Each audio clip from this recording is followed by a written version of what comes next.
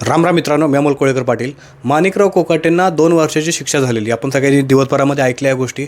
परंतु कोर्टाचा सक्त निर्देश असताना त्यांना अटक करण्यासाठी कुठल्याही नाशिक पोलिसांची हिंमत झालेली नाही अजूनपर्यंत. ज्या नाशिक पोलिसांनी कायद्याचा बालेकिल्ला नाशिक जिल्हा अशा प्रकारची स्लोगन काढली, मीडियावरती आले, बऱ्याच आरोपींना घरामधून बाहेर काढून त्यांनी ठोकून काढलं, याच पोलिसांची माणिकराव कोकाटेंना अटक करायची हिंमत नाही आहे का? दुसऱ्या बाजूनं या राज्याचे जे गृहमंत्री आहेत आणि मुख्यमंत्री देवेंद्र फडणवीस यांची हिंमत नाही आहे का माणिकराव कोकाटेंना अटक करायची?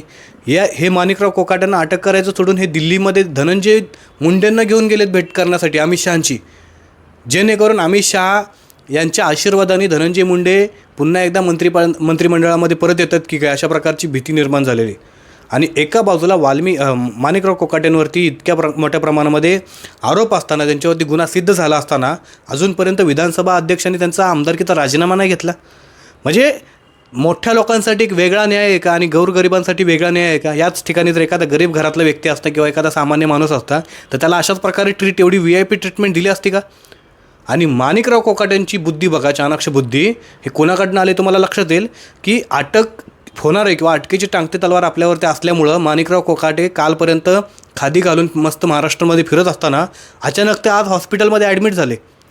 म्हणजे अटक होण्यापासून वाचवण्यासाठी किंवा वाचण्यासाठी हॉस्पिटल हे त्यांचं काही घर आहे का? तुमचं म्हणणं काय ते कमेंट करून नक्की सांगा.